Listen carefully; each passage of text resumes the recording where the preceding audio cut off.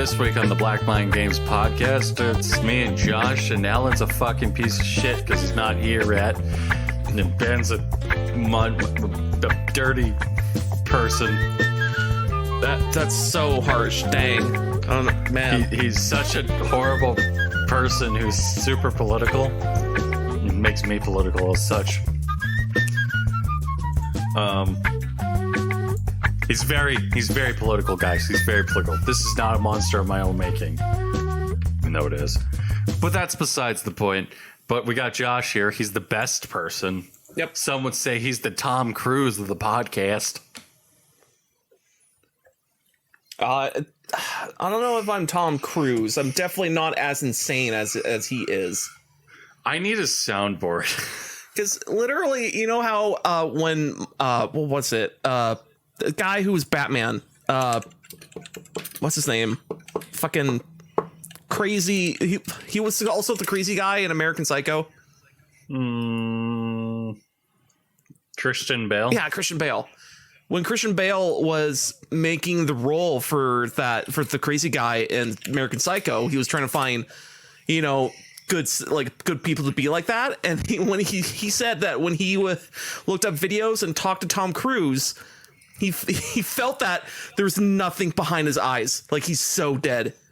Like, he's putting on a face, he's putting on a mask, but behind that, it's dead. And I'm like, oh, that's where he got his inspiration from. It's Tom Cruise. I have more feeling than him. Huh. I mean, it's hard to have feeling when you were fucking flying planes and stuff like that. I feel like he's like doing all this shit just so he can feel something. Yeah. Like, I do believe, like, because he's going to Scientology, going out, jumping out of planes, hanging on to planes, fucking blowing up shit. He's doing all that just because he's like, oh, I feel nothing. Like, he could break an arm and still be like, oh, I can feel that, but not the side of my body. Not what I wanted.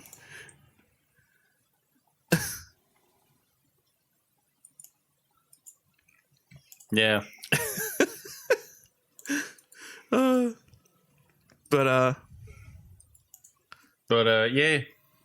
Yeah. I found out some stuff today. Found some cringe things.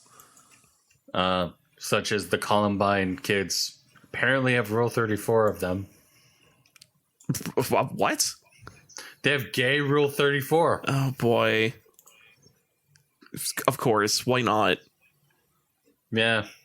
But I also learned some very interesting stuff this week. I'm hoping that we can save it.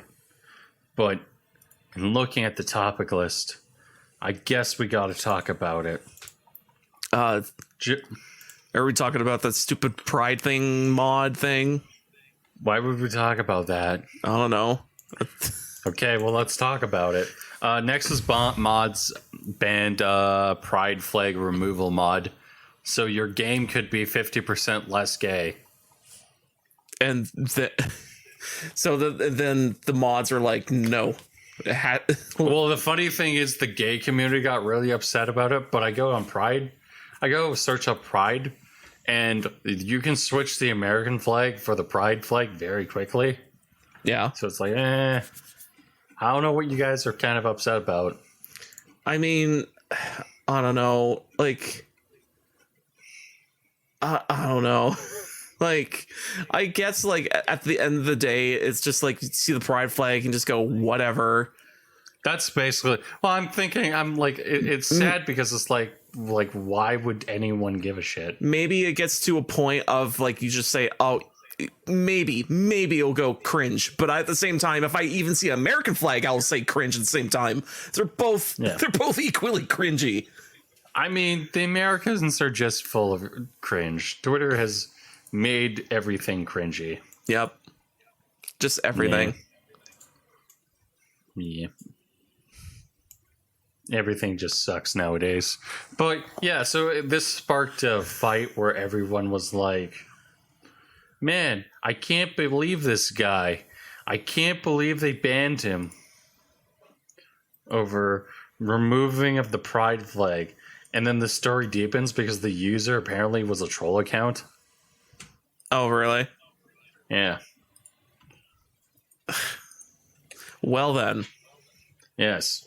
So the guy who made it probably knew he was going to get banned, so he made something. Wow, shit, my door closed. So he probably thought he was probably going to get banned, so he probably made a burner account and then made the mod, which is even funnier. And then I guess the gay community found out and had a tissy fit on Twitter, and then Bob's your uncle. It's all over. Well, so, whatever. I don't know. My personal opinion on this is like, with the fact that this is a story shows me that nobody really should. The internet was a mistake, and that we should remove it from existence. I agree. Oh. You're supposed to disagree with me, Josh. I mean, here's the thing. It's a double-edged sword of like, yeah, you have all this info on your finger, like at your fingertips, all this info, but at the same time, you don't know how to filter that, so you're gonna get a lot of the shit at the same time. Yeah. Like, my big thing is like, personally for me, I bought the Spider-Man remastered. I don't really care that much that it's in the game. I think that the thing I care more about is the fact that, like, they are trying their hardest to... Sony is fucking failing in order to actually make a console worth buying anymore. Yeah. Yeah. Because there's no reason to buy a PlayStation 5. I mean, as consoles keep going further and further in the generations, it does especially feel like I don't need a console unless I'm a fucking, a kid in high school who needs a PS5. But even then, it's like, like, before you get your computer, you have a console, and that's about it. Mm-hmm. And yeah, like... especially tell that as time goes on, it's like, yeah, don't care, just get a PC. Yeah. Oh, apparently Cartoon Network is being murdered. Oh no. Good. Oh no. Let it happen. Not Cartoon Network. Oh shit. How are they getting murdered? Yeah, apparently this is going to... you know what? I'm going to say this right now. Good. How are they getting murdered? Their discoveries like, oh, this shit's not profitable. They got to somehow keep CNN afloat. But, fuck those animations. I was going to say, like, is CNN still raking in money? No. I would almost want to ditch CNN. They fired Brian Stelter. Like one of the anchors or whatever? They fired one of the I think the only anchors they have left, because I think Don Lindeman's gone, which is good. Uh-huh. I know Chris Cuomo is gone, brother of Andrew Cuomo, and the only reason why he's gone is because of what his brother did, which is even better. Don Lemon, I know, is a sexual assault, is a sexual predator to men. Uh-huh. Which is even worse. Well, actually, no, it's not that bad. There's nothing wrong with that, but he's a sexual predator, which is bad. Anderson Cooper, I don't think anyone has anything wrong with. Wolf Flitzer, I think nobody has anything wrong with. So they fired Brian Stelter, who everyone has a problem with. Mm-hmm. So, Josh, do you know who Brian Stelter is? I'm afraid not. Okay, well, let me get you a picture of him. He looks like your daddy. Oh, boy. He looks like a... He looks old. He's like 33. Ah. But he looks so fucking stupid. It is scary.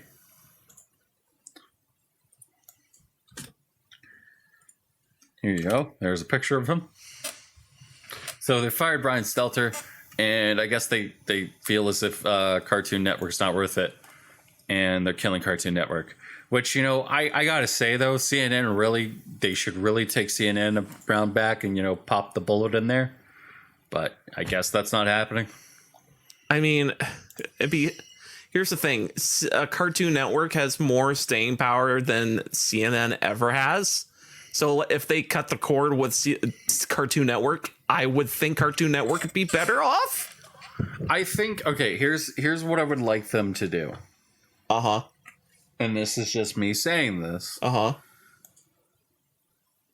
Fuck Cartoon Network. Why do you hate Cartoon Network? I think Cartoon Network has been trashed since Adventure Time. Like, after that? No, during. Oh, during Adventure Time. When Adventure Time started, Cartoon Network went, it fell off a cliff. It died.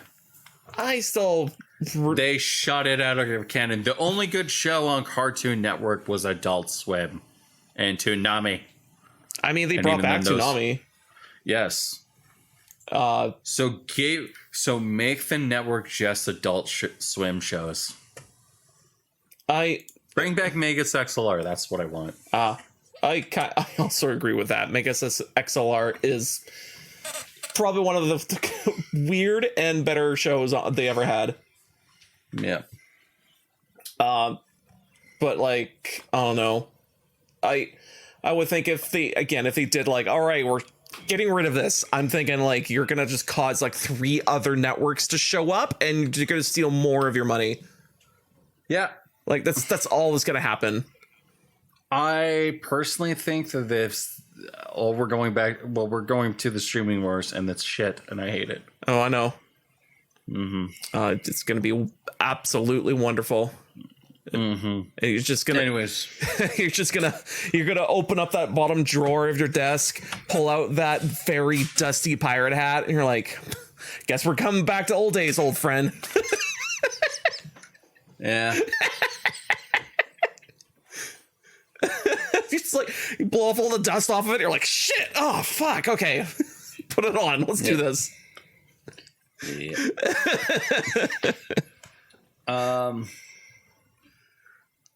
So Josh. Yeah. Let's talk about something. Did you do anything this week? I played a little bit of Devolver Digital. But it's a Devolver Digital bootleg, I mean. And they're all basically it was the joke game that they were talking about a couple E3s ago about like how they're gonna like basically it was one of their it was one of the Devolver's E3 press release like movie thing talking about how they're gonna make money by printing NFTs and ripping off their own properties. And it's like, how do you make money by ripping yourself off? And then they're like, shut up.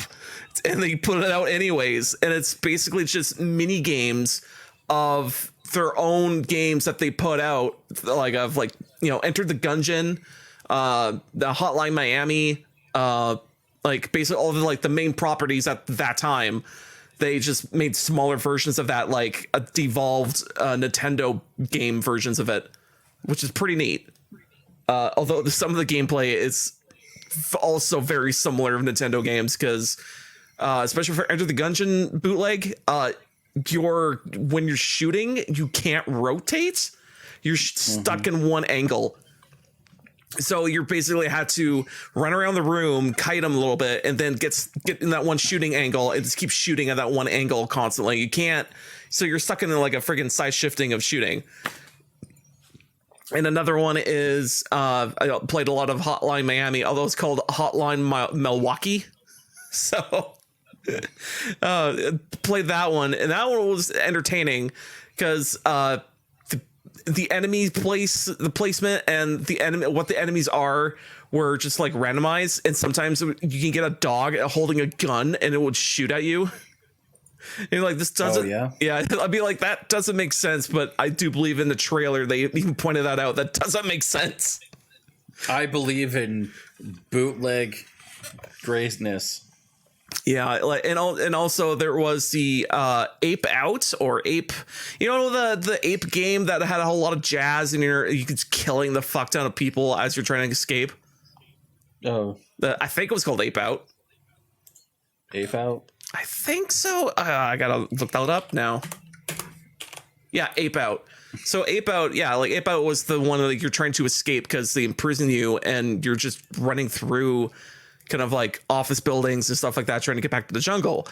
And the Devolver Bootleg version of the same thing, you're playing basically a weird version of Donkey Kong. Like you have dedicated jumps. You can pick up the enemies, use them as weapons, just like in Ape Out. Actually kind of plays like a weird hybrid version of Bubble Bobble and Donkey Kong. There we go. Like it has this weird hybrid version of these two games stuck together, and I'm like, that's kind of neat. It even still has some of the mechanics of you would expect from Ape Out, which like you could pick up a metal door, use it as a shield, pick up a guy, you can use him as a shield for one bullet, and like then he dies.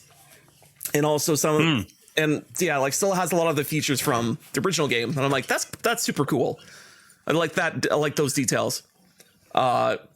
And also they have a bunch of other games in the list. Actually, I should just look at it again because I'm like, man, there is some cool stuff in here, but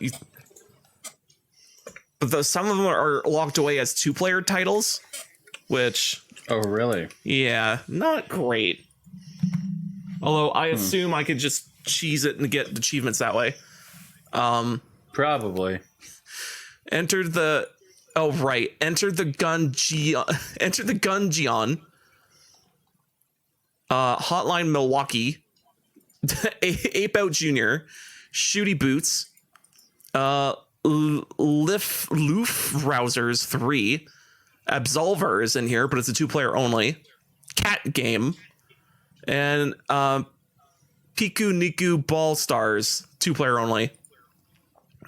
And yeah, like again, really good, like the Nintendo, like, you got this cool property, but you decided to make a Nintendo version out of that same property, and it ends up being kind of cool. That whole idea, and it's just like these kind of short demos of each one, which is kind of neat. They all like play like an old Nintendo game. That seems like the way to do it. Yeah. It's I like it. It's pretty fun. Although I would say make sure you get it on sale, because I'm sure if you're good at games, you can blitz through it in like, I don't know, an hour, 2 hours, really. Even get all the achievements, because it's not necessarily that hard. It's just like, I mean, I kind of go ahead. Oh, go ahead. I was going to say, I mean, I kind of want to get all the achievements in Stray because I love that game so much. So, but yeah, the was it the achievements in here? They're pretty much just like, oh, complete it, and I'm sure you get all the achievements for it. Which I think that how that goes. Oh, I see. Castlevania. God damn it. Mm-hmm. But yeah, like Devolver Bootleg, get it for $1. It's well worth it. I see. No, man, it's actually, hold on, it's $5.69 Canadian. That's what you want. I would say get it, wait for it's on sale. It'll be $1 and it's well worth it. Highly recommend getting it for $1. And did I play anything else? I don't know, did you? I actually went back to playing Phantom Abyss for a little bit. Why would you do that to yourself? I know, it was like, literally I was kind of scrolling through my list of games because it's insanely long, and then I was like, oh right, Phantom Abyss, I wonder what's up with that. There actually been a lot more updates that I immediately noticed, and I was like, oh, that's cool.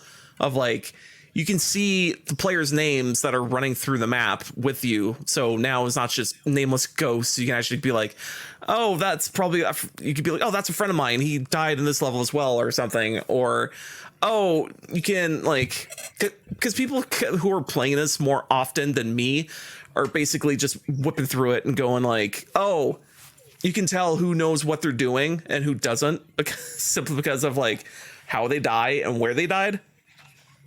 Yeah. And also, what was it? There was another little update to the Phantom Abyss that I was like, oh, that's nice. It was, what was it? They redid a little bit of how you use your stones that you collect in each level. Like at the first beginning levels, you get like green stones, and then you get other color stones as you get, complete more levels and get more, further up in the level tree and stuff like that. They changed that up a bit, and now it doesn't necessarily require you to unlock shit. It's just now a way of getting your shit back. And I'm like, oh, that's okay. That's probably a lot better. So it's not necessarily like you need all this junk to get shit. It's like, no, you need some of this junk to get it back. And it's like, oh, okay, you redid, like, it probably unlocks as you defeat more levels and stuff like that. That's cool. Yeah. Although it still doesn't help that when I play Phantom Abyss, I suck ass still. We'll get good. I know. It's just like the one thing that always gets me every fucking time I play Phantom Abyss is that you have to go up a cylinder that has spinning blades in it. Like the freaking carburetor type of idea. Yeah, you get like the carburetor in a fucking kitchen sink. Like you go up a cylinder of that, it's like 3 blades in it, and you look up and you're like, I could do this. And you go around the fucking, pedestal of like trying to go up the way you're supposed to. And then you're misjudging your jumps because the blades spin just a little bit too fast than you're expecting. And I get fucked every time. I hate it. I fucking every time. I hate it. Every time I see every time I see the column, I go, well, I'm probably fucked here. Like, that's fair. Yep. That's pretty fair, if I'm honest. God, I hate. Where the fuck is Allan? I hate the column. You hate the column? I hate column bad. Column ruin your day. Column ruins my day. Well, let's talk about Stray. Oops. Oh, you want to talk about boobs? I'm down to talk about tits. I mean,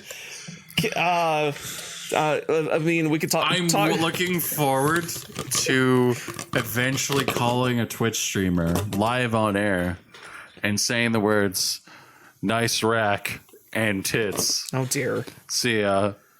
And we're banned. Never allowed back ever again. We wouldn't be banned from that. And we're banned. We would get banned if I asked her if she was jealous that her phone died. Oh no. Oh no. Well, is that Persimo? I mean, maybe. I know they have daddy issues. See, you just get the fiery redhead, because they're fire crotches. Mm-hmm. I mean, that's what freaking my degenerate friend tells me. Make sure you get a redhead because they're always fire in bed. I'm like, oh no.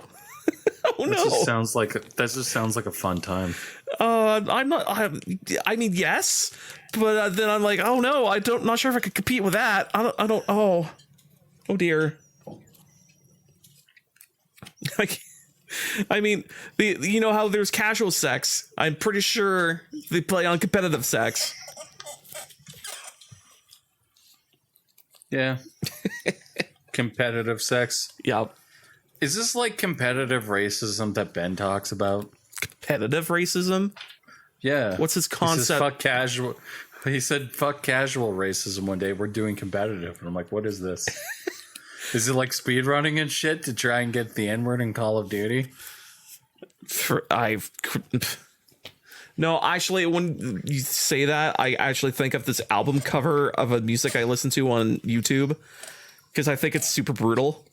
Yeah. Although you think I could find it, but it's actually hard to search because it doesn't show up where it's supposed to. You have to actually manually search for it, which is kind of crazy because it means they delisted from their own from their own YouTube channel, but yet you can find it on the internet on the YouTube still if you search for it, which is kind of crazy because I've never seen that before. Here we go. See it? Oh, it's not. Darn it! I didn't favor it. But basically, I think it's called like Olympic Brutal. Hold on. There we go. Brutal. There it is. I love how I can find some like shit I like, and same time I look at the view count of this thing I like and go, wow, this is so small. But at the same time, it's like, who the fuck will see this on YouTube? I mean, it's obscure shit. Yeah, exactly. Okay, I think I'm gonna ping Allan again. Ping him. Allan, it's been 20 minutes. This album cover is competitive racism. Competitive racism. It's like I think it's called extra tone and speedcore because of the genre, but then at the same time, like you look at this album artwork and go, it's fucking gnarly as fucking shit. Fair enough. So this is competitive racism.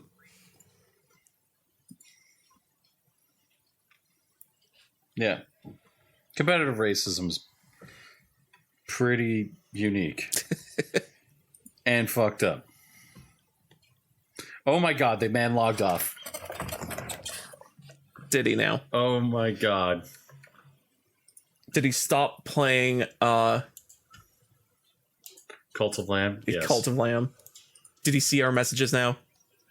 I think he has. Expect him to show up.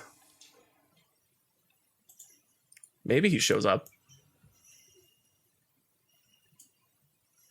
Maybe. Probably not.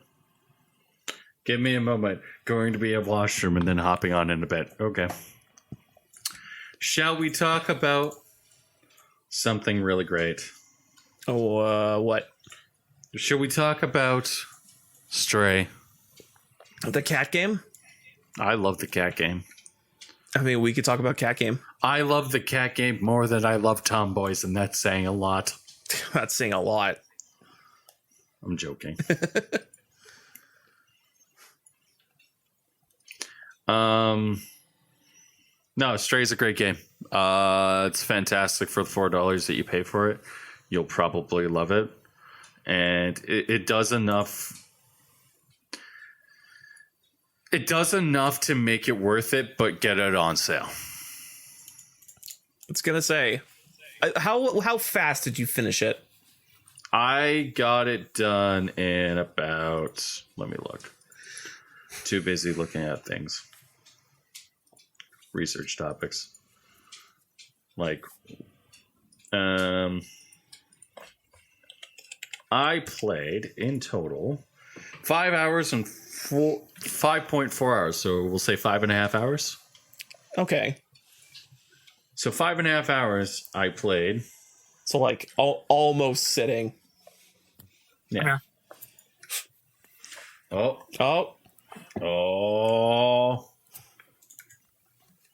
Okay. So we have to sync again, but we're talking about Stray. So sync in 3, 2, 1. Sync.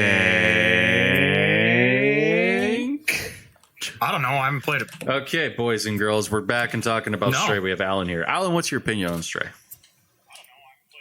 Okay, have you watched anything on it? No. So what I was saying it's a good game. I think it's a little costly. But I would buy it on sale personally. It's about 5.4 hours.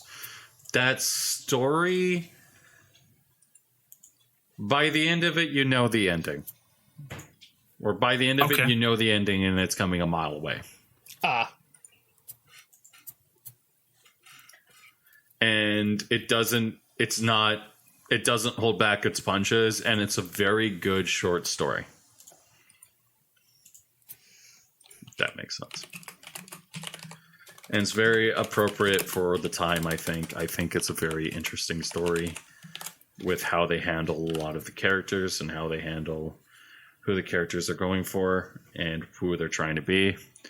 There is one thing I would have liked a little bit if they'd done a little bit more, and I hope they make a Stray 2 to address these complaints. But I would like it if they made a little bit of changes with Stray's mechanics where it felt like a little bit more momentum was there, if that makes sense. Because there's sometimes where I look at it and I'm like, oh, it feels like as if I'm sliding. It looks like the animation is sliding, and it shouldn't really look like that.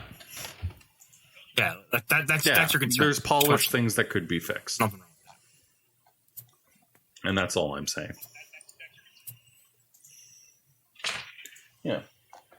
Never enough. There can never be enough polish. Never enough polish. No, you don't want that. I want to be. I want this game so polished to be transparent. Also, we talked. That's probably a little too much polish. We talked a little bit about. No. Yeah, that's the only thing that should have been done is or the Spider-Man controversy. You guys can also have things going up where you can change the flag from American flag to a gay flag. Who the fuck cares? Fuck off. You know what that mod did? You know what the only thing that mod did? The Middle East.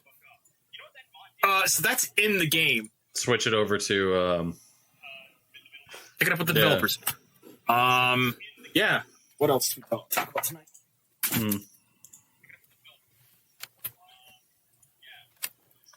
What game did he play? Josh talked about a little bit about one of the games he played. How was that? Yeah. I forget the game. Devolver Bootleg. So far it's like half of the list because I was like, I want to finish these, and they're kind of long. They're like 30 minutes to an hour, depending on how much how much of a challenge they are. Because basically, I played the Enter the Gungeon version of the bootleg, and that one was interesting, but the mechanics were a little weird. I had to practice with that one. Yeah. And I played next was Hotline Milwaukee, and that one is just like Hotline Miami, but it plays like a Super Nintendo game. So when you're shooting and when you're moving, it's separate movements. So when you're shooting, you can't move, but when you move, you can't shoot. So you have to kind of like plan your spacing of where to start shooting and start to, throw your gun at them, explode and gore. Although one thing that's funny is that you can throw objects and it will go the entirety of the whole side of the room. So it was like, man, you got a wicked throwing arm. And the second thing is enemy placements are actually the enemies themselves are random. So there's times where they'd be having a katana sword or gun or a dog holding a sword or a dog holding a gun that shoots. So you gotta so it clears the enemies don't matter, but it's like, man, when I see a gun dog wielding gun, I'm like, oh shit. I gotta worry about that dog. A dog wielding a gun? Yes. That doesn't sound that bad. It was just funny because you see it and go, wait, okay, yeah, he could do that, I guess. I actually finished that one, but it was a bit of a challenge because there's a boss fight at the end, and I swear to God, he took like 15 hits, and it's like, this feels a bit not necessary, but whatever. I guess you want to make the boss fight a little challenging. Oh, and you do die in one hit. You have to restart the level, but the levels are pretty short, so it's not that bad. It's just fine and annoying. And also played the Ape Out version on the Devolver bootleg, and it's a weird mix between Donkey Kong and Bubble Bobble. And also you can, run around the level like in Donkey Kong, but you can actually pick up the people who are trying to shoot at you and you use them as objects to throw, just like an Ape Out. Or you can find, the steel doors and you can pick those up and actually use them as shields and throw those at people. But also plays like Donkey Kong. And also when you throw the people, they have movement just the same as Bubble Bobble of like when you're blowing the bubbles and make the water fall down and shit like that. So it's kind of neat how they mix those things together, and it makes it feel like a new game. I actually kind of want to go back and play that one because I felt it was kind of fun. And also there is still more games in that list. There's like 5 more. So I just gonna go back and play more of those because they're short. You can easily get through it. Although there's the two of them, they're 2-player, and I'm not sure if I'm gonna like. I'll probably touch them a little bit to see what they are. But like again, it's 2-player, so it's like, well, okay, I guess I'm not gonna play that on couch co-op anytime soon. Yeah, Hey. and what else? Oh, and also I played a tiny bit of Phantom Abyss again because there was some update because they did updates to the game definitely, and yeah, and basically I was like, oh, what's the updates? And it's like, oh, now the phantoms you run past, they actually have a name attached to them, and you can see who was in the dungeon beforehand and who died in the dungeon. I'm like, oh, that's cool.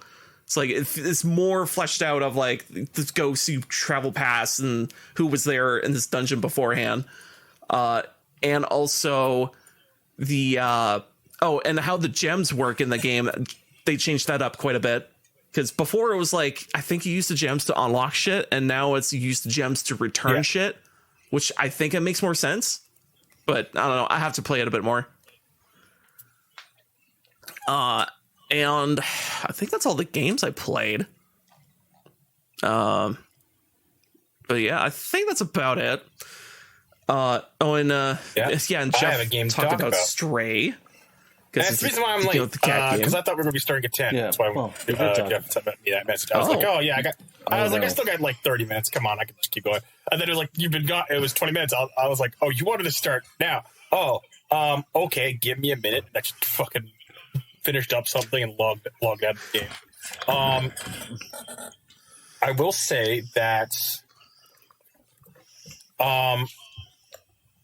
overall, I've played maybe, 2 hours, 3 hours? 2 hours and 2.1 hours of this game. I've got 11 achievements. Yep. It's pretty fun for the most part. It's very Binding of Isaac, and definitely got touches of Don't Starve and other roguelikes. I do strongly recommend the soundtrack. I've already listened to some of it. Holy shit, it's fucking mint. The game in and of itself is really well done. I do believe there's some small problems with the game, though. I think health drops a little too low, but that might just be me. Because I play a very aggressive style, so like I prefer to be like constantly attacking, and I don't like dodging the way that dodge works a little bit. It feels a little bit like there's a little bit too much of a delay between. I'm gonna move that two favorites. Fuck that. That's a good game.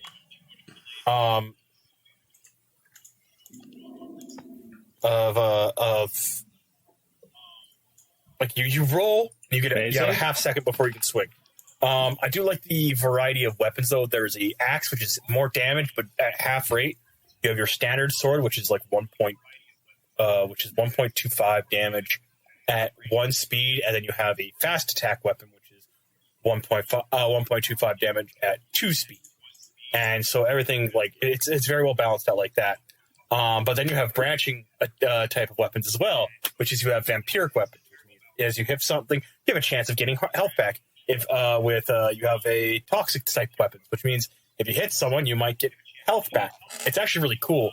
I'm probably going to try and get everything done for this one over the next couple weeks, because I already know how the game ends. You save the guy, you release the thing. But I'm hoping that overall that the game is going to be fairly good. My biggest problem though is I've been told that after 8 hours the game becomes a grind to get to the final section of the game. So it kind of undermines itself in the long run, I think. Whereas I think one of the biggest strengths of it is how snappy the combat is and how like the things are. They're never super, super long from what I've seen. Though mind you, I might also be just because I'm in the first area, so like I might not be very good to like reference to that. Of course the aesthetic of the game is fucking cute and adorable. I do hope that there is going to be DLC, because there's only 4 bosses, and then of course the big bad boss there in the game. It doesn't feel like there's any like major difficulty things with it. So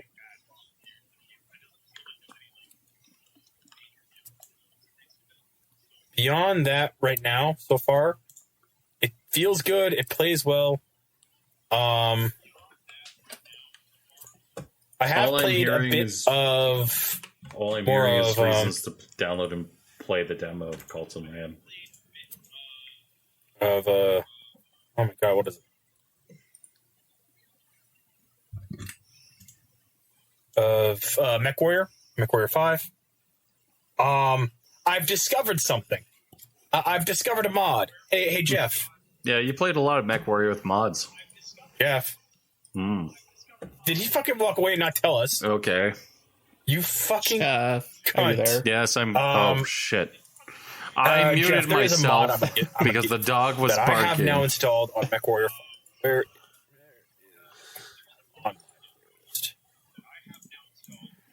We're 5 mercenaries.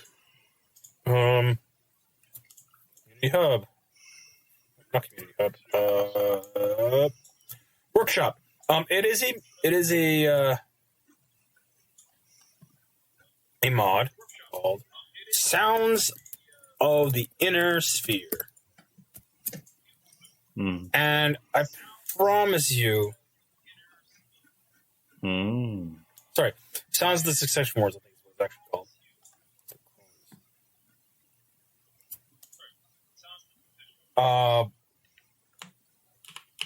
So all it does is that it just changed the sounds.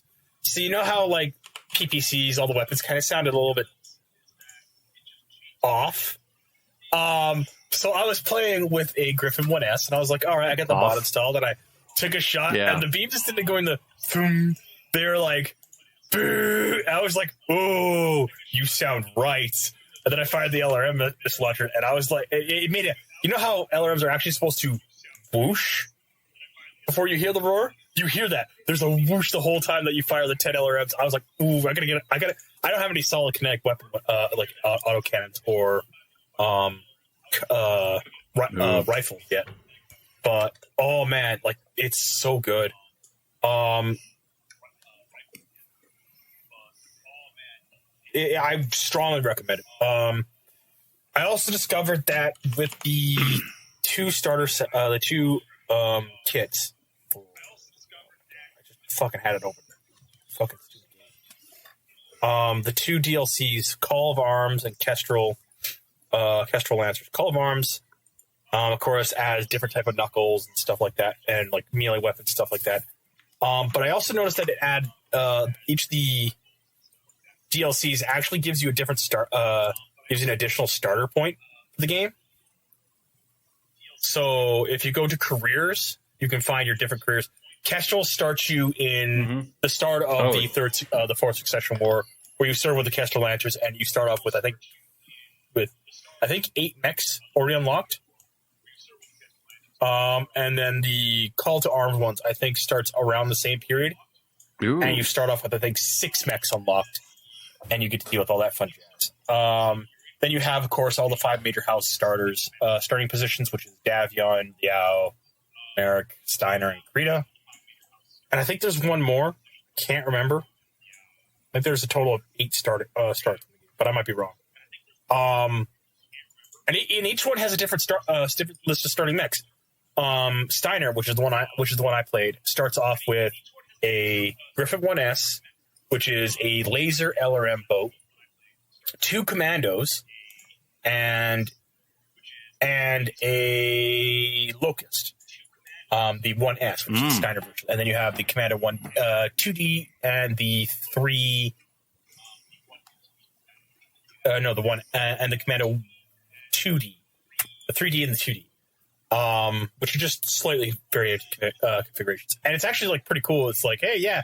And you, like, I think Davion starts with a Blackjack. I might be wrong there. And a couple... No, not really.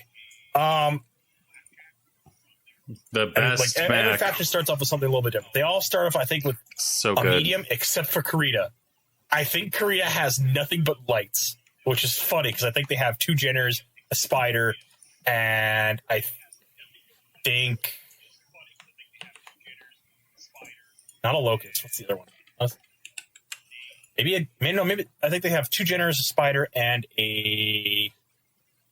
No, they haven't met him. They have a Kirito, which is actually pretty cool. Like I actually generally like the that lineup. Like it's actually pretty interesting. Okay. It's well set up, well designed. I would hope overall though that like again, I'm just going back and replaying it for fun while I have like my last couple days of work here. It means I get freedom here soon. But we have something else we can talk about today. So we want to talk about the movie we saw. It was exceptionally okay. We could talk about it. Dragon Ball. It was good enough to be good enough. Yeah.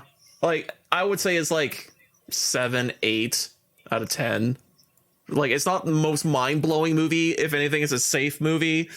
But at the same time, it was like, hey, the B team did something for once. Hooray! Yeah, Gohan actually did something it was actually so useful. weird because like my first complaint to Rory was like, "Where the fuck was Again. Tenshinhan?"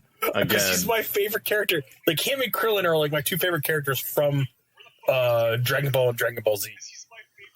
Because like they actually have like huge important arcs for themselves.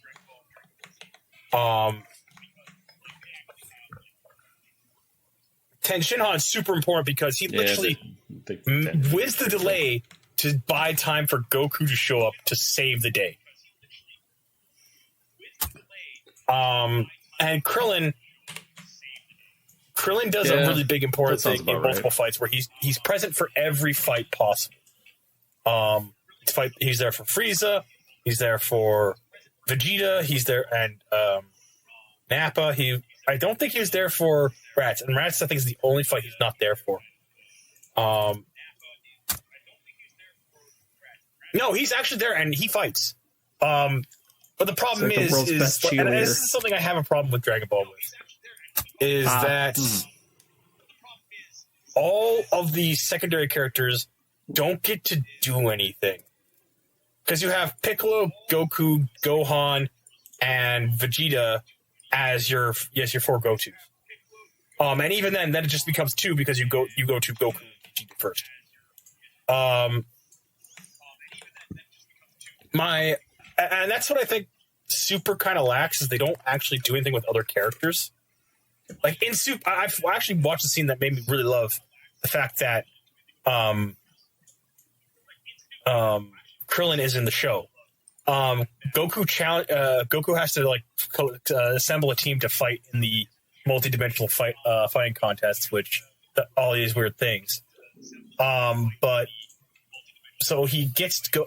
Him and Krillin decide to have a fight to like show how capable. And Krillin technically wins the fight. He beats Goku in a fight because Krillin isn't as strong as Goku, so he has to be way more tactical about what he does. And so, like, he wins. And that's the thing, is like, hey, that's really cool. And then they did an episode with Tenshinhan, and Tenshinhan just gets shit on the whole time. And I'm like, why though? Why don't you just just do something with Tenshinhan that will make people like him, maybe? Oh well, whatever. That's just me, though. What about you, Josh? The movie, yeah, mostly. I'm just like for the whole movie, yeah.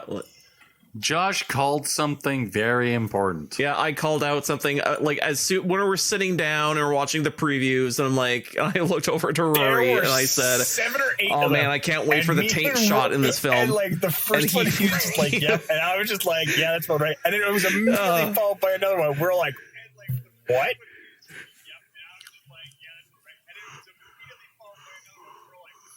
So many taint shots. There's like 6 or 5 of them in this whole film. I was like, why is there so many? Like, why did I call this out? How am I a wizard about this? Like,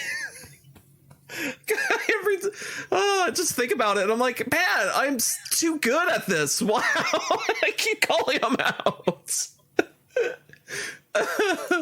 Frick.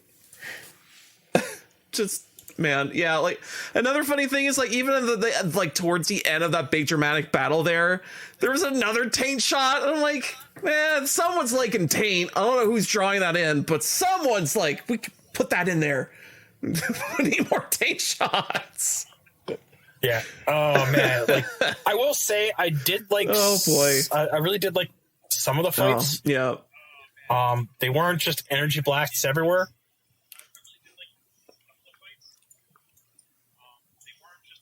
I think one of my complaints though is it's weird to see a movie there was in 3D, a little bit of that, but not a that whole was all lot. 3D CGI.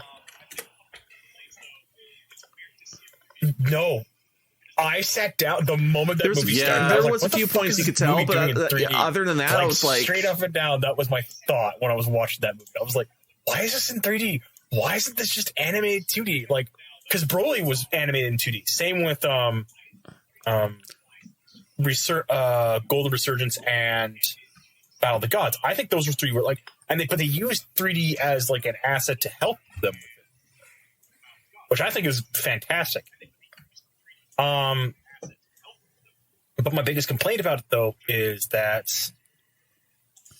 overall everything was in 3D, and it felt off the whole time I was watching it. But I do like the effects that they could do with some of the 3D way better than they could do 2D. Piccolo's stretching arms, but you lost the effect of Piccolo regrowing his arm from 2D, because in 2D it was just and it's just out. Unlike in 3D where it had to be like, it was very much it had to be. I don't know. I feel like the 2D animation better for Goku and stuff, or better for Dragon Ball. I don't know. Maybe it's because I was sitting there just the whole time that was going on. I was just like, it was really odd and distracting to me, and I don't know why.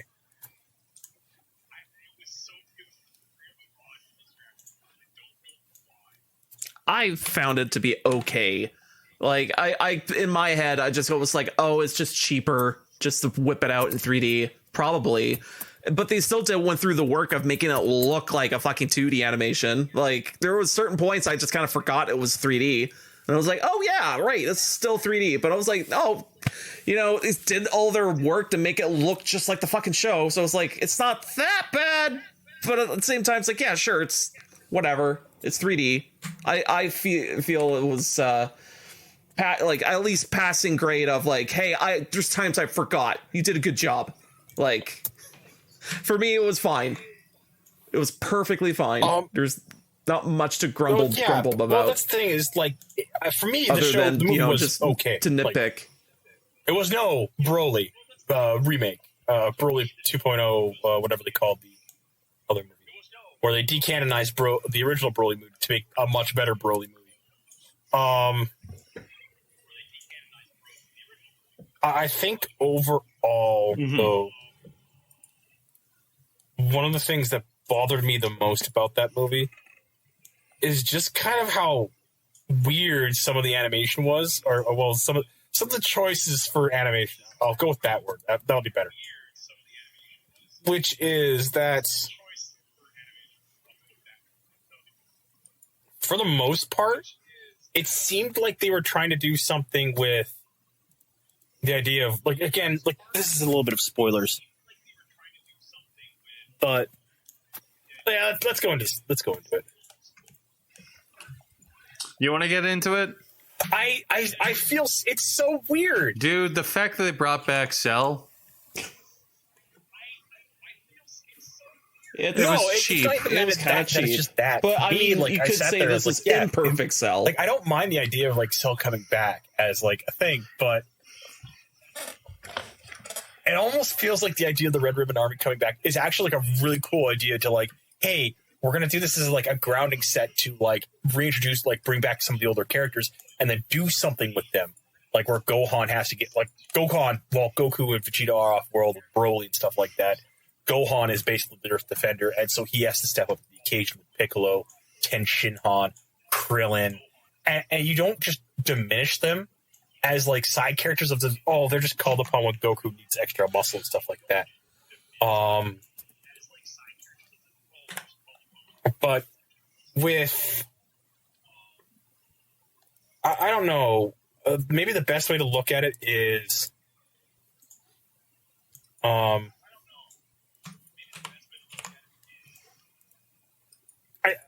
trying to figure out what the word is. There it is that they wanted to do something with the side characters, but it feels like this should have been like a season of a show rather than just like this one-off movie. And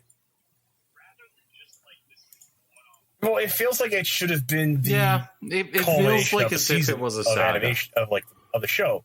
Or like, yeah, and like the thing is but because of how Dragon Ball is set up, you can't have Dragon Ball without Goku, which is kind of depressing because you can have Pokemon without Ash, but you can't. Or well, no, you can't. That's a bad example. You can have Warhammer 40K without Manius Calgar or Dante or anything like that. But like, if you do, like, the thing is Toriyama has this ability to set up all these really good characters and stuff like that, but he doesn't do anything with certain characters, and it's actually a little depressing because, like, even in the original Dragon Ball and stuff like that, Krillin, Ten Shinhan, Piccolo, Yamcha, they were all like on par with Goku, even though Goku was clearly stronger. But because of the way they all all their fighting styles and all that stuff, that was very much we knew who, like, everybody was like, it was on par because they all had like fairly cohesive. That was very much very well. Yeah. Whereas now it's like Goku, like if you put tension on against Goku, like unless Goku's like, I'm going to hold back and not have to, like, there's no way tension on beats him. Same with, like, even as much as I love that scene in Dragon Ball Super where Krillin beats Goku, it's very much like, you know, the power level has gotten so drastically wide now that you can't have these side characters present anymore. And it's kind of what's happened with Krillin. Krillin's now gone and become a police officer, which I think is a thing even in Super.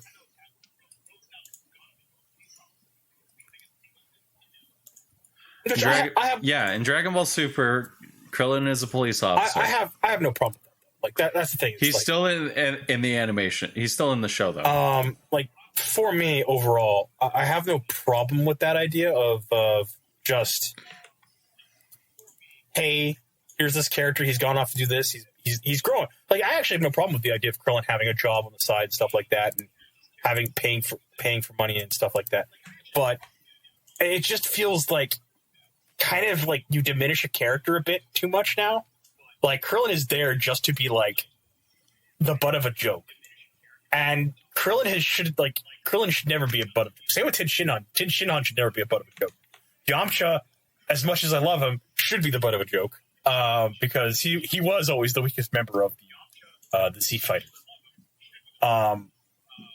Although I still like the fact that Josh was like, you know, at the end of the series should be Shinran-zan's the villain. I'm like, yeah, that's GT. He was like, what? I was like, yeah, that's how GT ends. Shinra is the final boss of the show, and it's.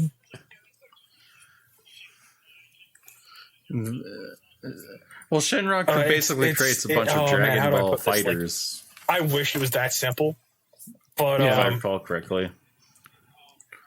I mean, it goes to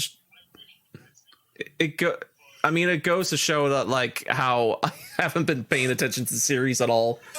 But I was like, for me, just pointing that out, and they've already done that, I'm like, okay. I guess it really did everything. Shinran arc is to be the final, the very last arc of Dragon Ball, which was what GT was supposed to be. Mind you, it was done very stupid. You had Super 17. You had, I actually really love fucking Super Saiyan 4 Goku, the design, or Super Saiyan 4 or Super Saiyan 5, I can't remember what it is. Where he's like got red fur, he's very monkey like, he's very like just pure unadulterated instinct and stuff like that. And that was what makes him so dangerous. Whereas with you see it's true with same with Vegeta as well. But it's a fucking terrible show. As much as I love GT because it has some like really good animation and stuff like that, it's a terrible show. The plot are fucking nonsensical. Oh yes, we have. No. What's the plot of GT? No. It's basically there's dark Dragon Balls and then there's regular Dragon Balls. Because every planet that has a Namekian on it or a Namekian sage on it has Dragon Balls. All right, fine, whatever, cool, sure, all right. Let's carry on from that.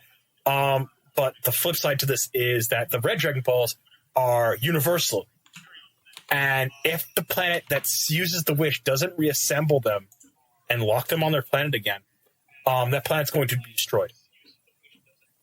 And the entire point of the plot is the one of the three members of the Red Ribbon Army, the dog assassin, one of the arms dealer, and one of the major mob bosses. They make the wish to. They were going to make the wish to make themselves younger, but they said. But when they saw Goku there, they were like, "Oh my god, we wish you were a kid again. Then we could kill you. It's so much easier." And then Shenron wishes the Shinringo or whatever his name is. I can't remember the name of that version of the dragon is. Grants the wish and then pops up, and that's how the show starts. And I'm like, oh my god, that is such a dumb start, because it's trying to be reminiscent of old Dragon Ball, where the entire first season was them just going around collecting Dragon Balls. With at the very end, the Ribbon Army assembles not Ribbon Army, the three characters that you see at the start of GT assemble their Dragon Balls, and then the fucking pig jumps in the way, wishes for Bulma's panties, and cancels out the wish because of it, which is actually like, hey, that was really clever writing. You're like, hey, that's how you stop a wish from happening. But the flip side to this is that the show is supposed to be a globetrotter in the galaxy, which is actually like, I actually like really, really like that. It's a really good idea. Too bad they use. It's a good idea. It would have been really cool if, like, instead of like, that's the problem. I think GT and Super are both bad for that because GT doesn't know what it's going to do with itself. There's no real threat to the galaxy. Goku's essentially a god. Same with Beerus. Same with Frieza's essentially god too, which is even worse, which is just bonkers. You don't have any good directions for your characters anymore.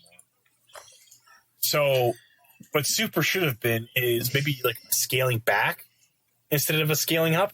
But that's what Dragon Ball has always been about, is scaling up, scaling up, scaling up. And in GT, the problem with them is they tried to scale back, but they did it in such a dumb way. Let's make Goku a kid again. And it's just like, no, that's not what you need to do. You need to give threats that aren't like just overpowered enemies, that are enemies that are actually like very good fighters, and like they have like very good minions and soldiers around them. And then you set up where it's like, instead of just like you set up Earth being threatened, and then it leads to Goku and some of the Z fighters going off Earth and doing a universe globe-trotting adventure with fighting off each of these guys. And you do a couple worlds, and then you defeat that guy, and he comes back to Earth, and then you have a little story there, and then you wrap up the series from there. But I don't know. It just, as much as I love the animation in GT, it's just not very good either. Yeah. What else could I say? I do love the fact that Josh, unadulteratingly, we're like, he's got to be the villain. I was just like, that happened. It was not very good. It's also weird that. Yeah. Oh my god, I hate this scene in this movie. I have assembled all the strongest warriors on the world, and Krillin, and I'm just like, Krillin literally outclasses almost. Like she assembles Trunks, Goten, half of them, androids 18, and technically Piccolo and Goten, Gohan. And the thing with Krillin is Krillin's actually on par at this point in time with Goten and Trunks. The only thing that they can beat him in is that they can go Super Saiyan. But actually, I don't know if they can go Super Saiyan. Yeah. But can they? Yeah, they can, because that's a thing in the Buu arc.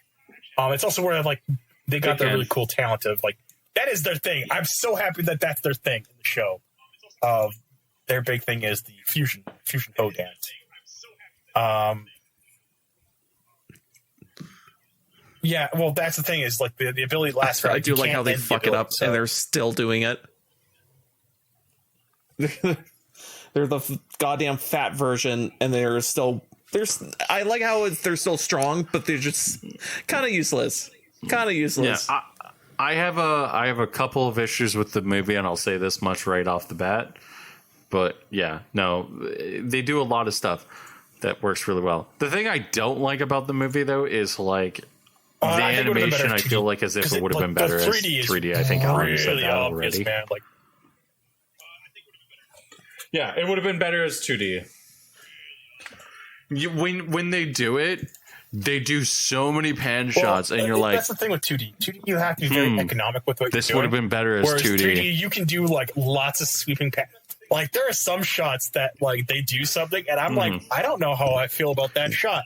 Like where Piccolo jumps off and he flies up, and he goes to like the holographic force field, and I'm like, how was he not spotted?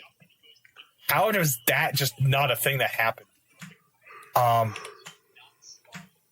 Yeah.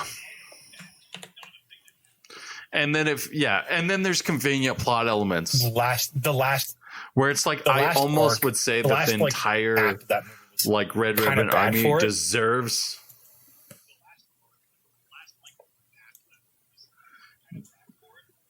Oh, I would say beforehand, because the last if we're talking about the last act, isn't the last act fight where like Gohan, the part where Great Cell comes the back Gammas for Cell Max. One of the I as much as I love the look of Cell Max, and that leads into the Cell Max fight. God, yeah, I would agree with that.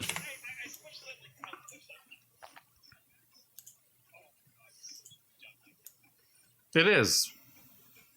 I mean, I commented as we're walking out. It was Godzilla Max. Yeah, and everyone around me is like, yeah, that's about right. I would say it's okay. Although, it's a fun movie to watch. The highlight of the movie for me was the fucking. I'm going to go in next. Oh my god, those three! They got so into it. I was just like, I don't know how I feel about that. I'm just trying to pay attention, and all I hear is yeah, and I was just like, no. They kind of made it a little better for me because I'm like, oh man, they're getting so hype. Oh man, they're just so into it. If anything, when Gohan went Super Saiyan 4 or 5 or whatever the fuck it is, like, that movie was so many callbacks. Like holy shit, it's good. I do love my favorite character in that movie. Isn't even like any of the main. We're gonna go all the way. Like holy jeez! Oh, I see you've given yourself a promotion. Every time you see him like doing a presentation, so that gets by Carmine, edited by Carmine, directed by Carmine. I was like, oh my god, he's got an ego, and I love it. And like, I hate the fact that the Red Ribbon Army is just gone again. Like, oh my god.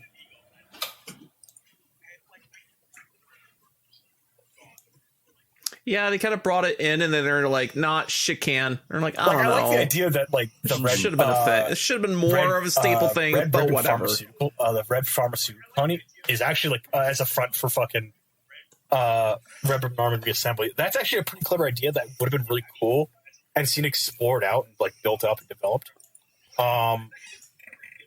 However, I do believe my big concern for the show, though. And technically the way that they develop everything up is that I think one of the big problems for me is that the Red Ribbon Army is there just for the big bad. That's all they're there to set up for it. They're set up for fucking Cell, Ultra Cell, or whatever it was. Yeah. And not that that's a problem. That would be something I could see the Red Ribbon Army doing. But even back in like Dragon Ball and stuff like that, he is Wasn't the original idea of like Red Ribbon Army was basically, hey, No. we want to assemble all the Dragon Balls so the founder could wish for himself to be taller? Every villain in the original series when they were going after the Dragon Balls, except for I think King Piccolo. I think King Piccolo was the last Red Ribbon, last villain of the show, of the original Dragon Ball series. Not Dragon Ball Z, Dragon Ball. But my issue is that in the you have I can't remember his name, fucking little green alien dude. I can't remember his name. Each one has something going for them where it's just like they want world domination, and that's actually like not a bad idea. I actually generally like that idea. But I think the major issue for this now is they still want world domination, but I love the idea of like how they're going to manipulate the fine young doctor Hirio or whatever his name is to work for him is by like, oh yeah, Capsule Corp is evil because Bulma's working with aliens and alien technology. I was like, okay, that's actually pretty clever. That'd actually be a really cool way to get Red Ribbon Army to be very like maybe popular in certain parts of the world. That would be really cool. And again, this is the reason why like I think the idea of a Red Ribbon. I forgot that they covered up the whole Self Saga thing and all that junk, because I would have thought at this point everyone knew they can fucking fly because of the company and all that shit. Yeah, it makes no sense. Because I'm like, in context. How can you keep this under wraps for so long? Yeah. I'm just even to the point of like we've seen several people fly out of their building. Like one of their first comments they say about the corporation being evil, and I'm like, hold the fucking phone. No one knows about this stuff. I was like, that is fucking like, bull.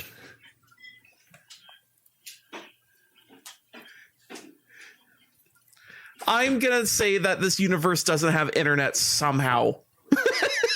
Like it's no internet. Well, for whatever reason, someone just didn't figure that out, despite them having cell phones. Like, oh my god, it's that it wants to like have its secrecy of the nation without having the dangers of society knowing about this at large. But I'm like, the cell fight was a thing. How did people not know? How is there not a massive response to like the androids? Goku and all these other like major fights and stuff like that. Well, yeah, I get that. But even the Capsule Corporation pays for all the damages. There are things that happen that kind of just make me raise my eyebrow a little bit. That I'm just like, how do people not know about this? Yeah, they do. The answer is don't think about it. Yeah, pretty much. No, and it's a really super response because I think the Avengers, and then they never did series of movies like Marvel, and they. Okay.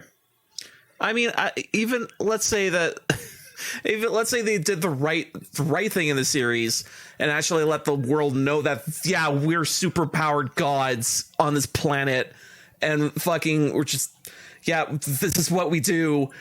I would like to think there'd be a separate series in Dragon Ball of people trying to come to terms of, are we just going to die for no reason? No, we're actively stopping that. But shit may happen. Who knows? We don't know anymore. We don't know. We'll keep you posted on that. And then the rest of the planet just be like, should we throw him in jail or can we? I don't they just have such a fucking crisis on their hand, what's the term of like they know these people have such immense power but they can't do anything about it, so it's just like people either know about it and go on with their day or know about it and just cry in fear. Like kind of want to see. I like them to get the cat out of the bag and just see how like this planet reacts to it in general. Is probably straight up go with maybe the world governments are fond of it or stuff like that. But like, who knows? Like, yeah. Doesn't really matter. Do we though? So, anyways, we got to talk about Jonah Arc. You brought this up, Yeah, and you said we got to make fun of the British. What the fuck's going on?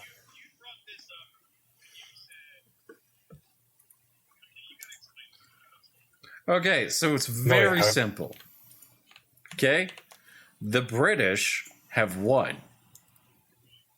Okay, what basically happened is a bunch of British authors decided that it was a good idea to make Jonah Arc what the fuck is this going non-binary. on? Like, you're not providing full context here. Come on, dude. Like,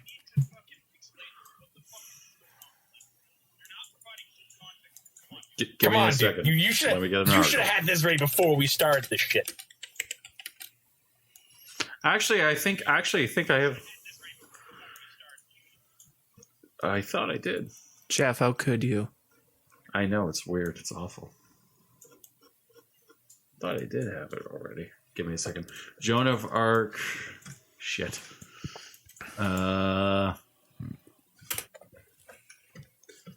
News.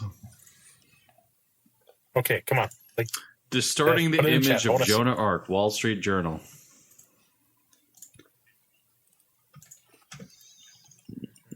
Crap. Wall Street Journal. Fuck.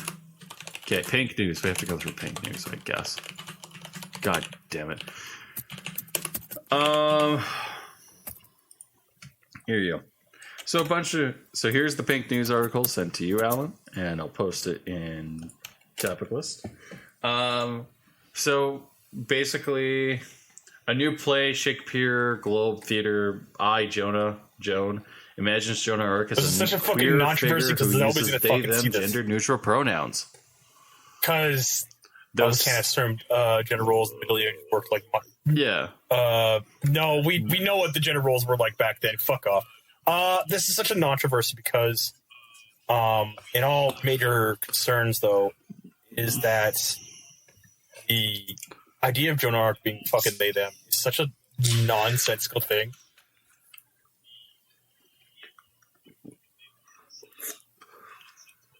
Yeah, it's such a. It's a bunch of people who want to feel special. It's like the Nexus Mob thing. It is a point of like it's something where you're like, man, this is really stupid. Again, why would you do that? But anyways, I saw this and I literally like read and I was like, okay, so I got to do some digging on this. And I was doing some digging, and apparently the guy who actually wrote the play is British. And so I'm sitting there, and I'm like, wait, hold on. So the guy who wrote this is a British actor, or British like guy who wrote this article, and it's like, man, isn't Jonah Arc like one of those French ladies who's like a French folk hero or something like that? Kind of like the Knights of the Round Table and stuff like that. For better or for worse. Yeah. Well, no, actually, for the better. Defeated England, kind of set about the New World being a thing, being explored. But one of the big problems with just how dumb this idea is, and it is a very dumb idea.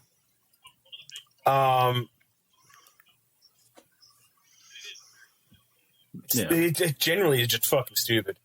Because again, it's such a controversy because like I don't care. It's gonna it's just a play, but not actually trying to make it a fucking historical thing. That was my concern when you fucking made mention to me. Because this is just a controversy. Who cares? It's a play. Fuck off. No, I don't care.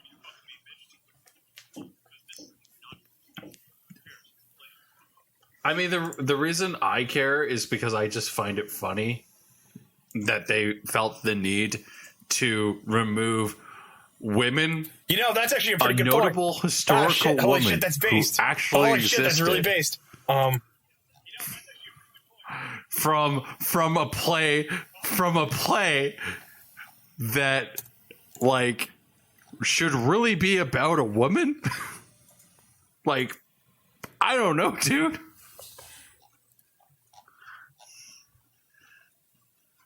I don't know, man. I'm just like, I'm so confused. I don't know anymore. You'll have to. It's so weird.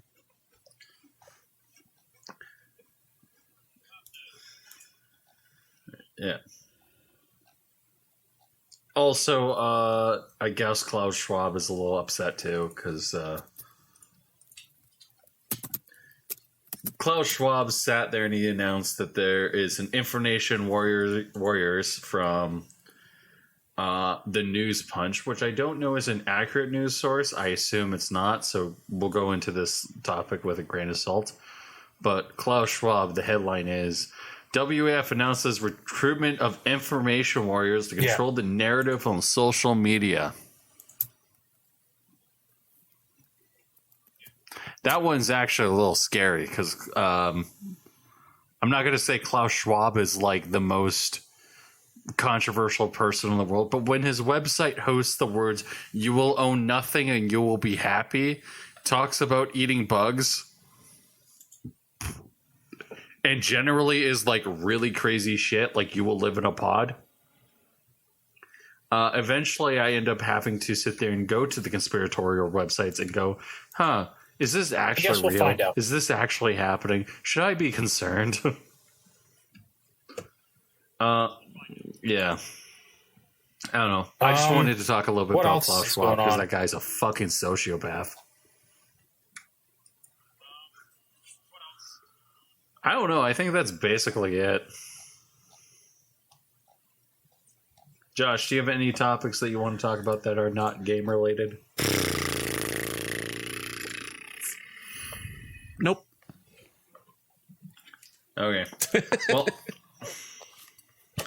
it's weird. It's like I'm a gamer and I just want to talk about games.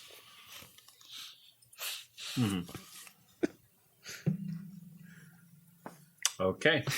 Well, anyways, I think that it's time that we finish the show. Thank you, everyone, for listening to Black Monkeys podcast. Thank you, Josh. Thank you, Allan. Thank you, listener. You'll listen to us every Thursday at blackmindgames.podbean.com. You'll subscribe to us on your favorite podcast app of choice. Have a good night. Bye.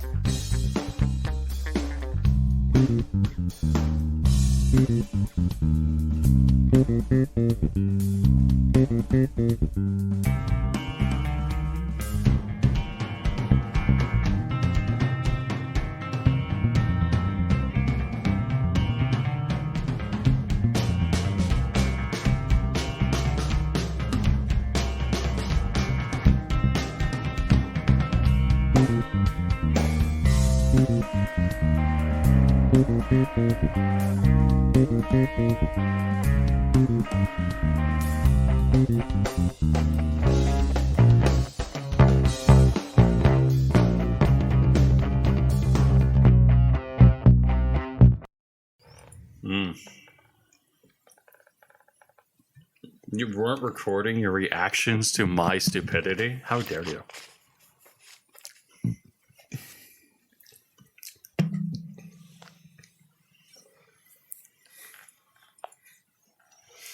I gave a message. No, I see if Rory wants to do a pod. I already asked him and he said no. Oh. I'm also bugging him. See if he wants to do it. I messaged Ben and he said no.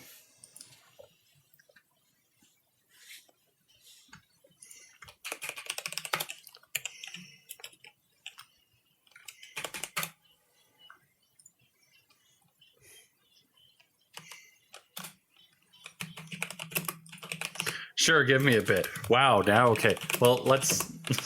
That's Allan.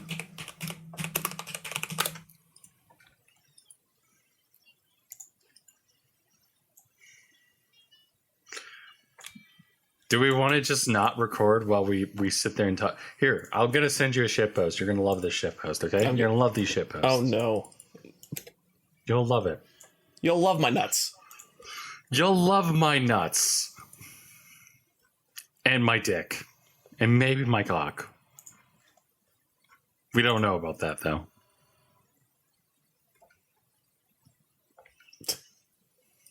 God damn it, Ned.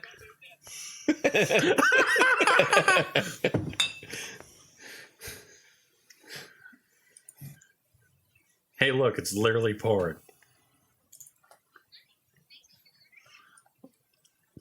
Could you imagine being the guy who sits there and was like, man, I so want to do that. I want to go up to a Starbucks barista and just say, hi, I would like breast milk. I mean breast milk. I mean breast milk. I mean breast milk. And then get breast tossed out of milk. the building. Yes. The benefits of having it recorded.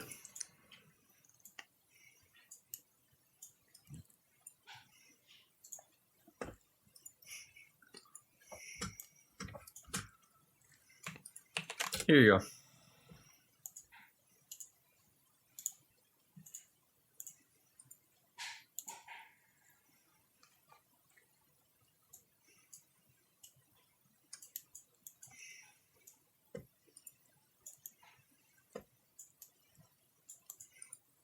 All I know is that furries are...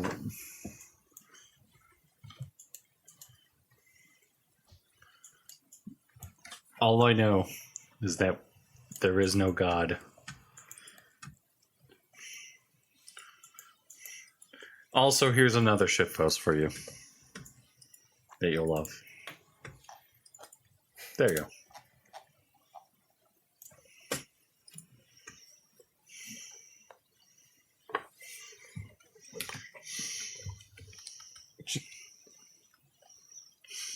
Me on my way to the principal's office after I asked an emo girl if she gets jealous when her phone dies. Oh boy. Should I post that in a... Well... Maybe. It's not going to be bad.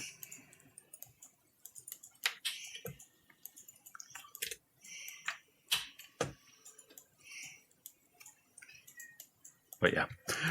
Should we start the show? Is there anything... How was your week? It was fine. Did you have sex?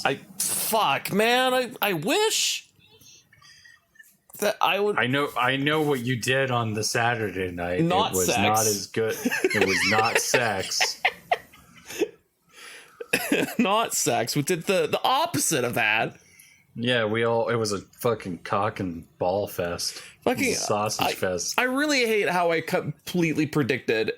Fuck, you were like a seat away, but I was 2 seats away. Yeah, you were 2 seats away, but I made the joke of like at Rory going, "Can't wait for the taint shot," and he's like, "Oh yes, when they spread eagle in this film, I know of like that scene. That's totally gonna happen." And then fucking like couple shots, like just barely 10 minutes into the film. It was about 10 minutes into the film. Yeah, like 10 minutes into the film, fucking characters are, jostling for positions in the car because it's spinning out of control because there's a bee in there, and then fucking the camera is just shot up their crotch and like see the taint and everything. It's like, wait, hold on, how did I predict this? And there were several more taint shots as you will go on in this flick.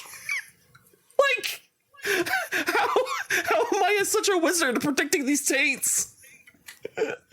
Oh Christ.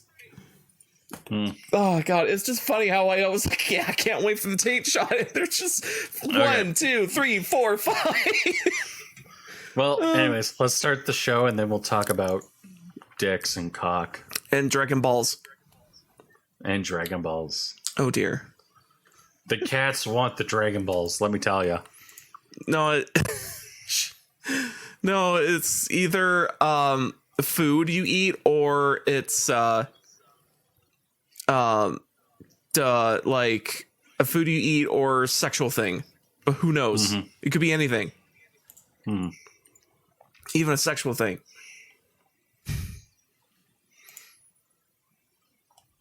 Anyways, sink in.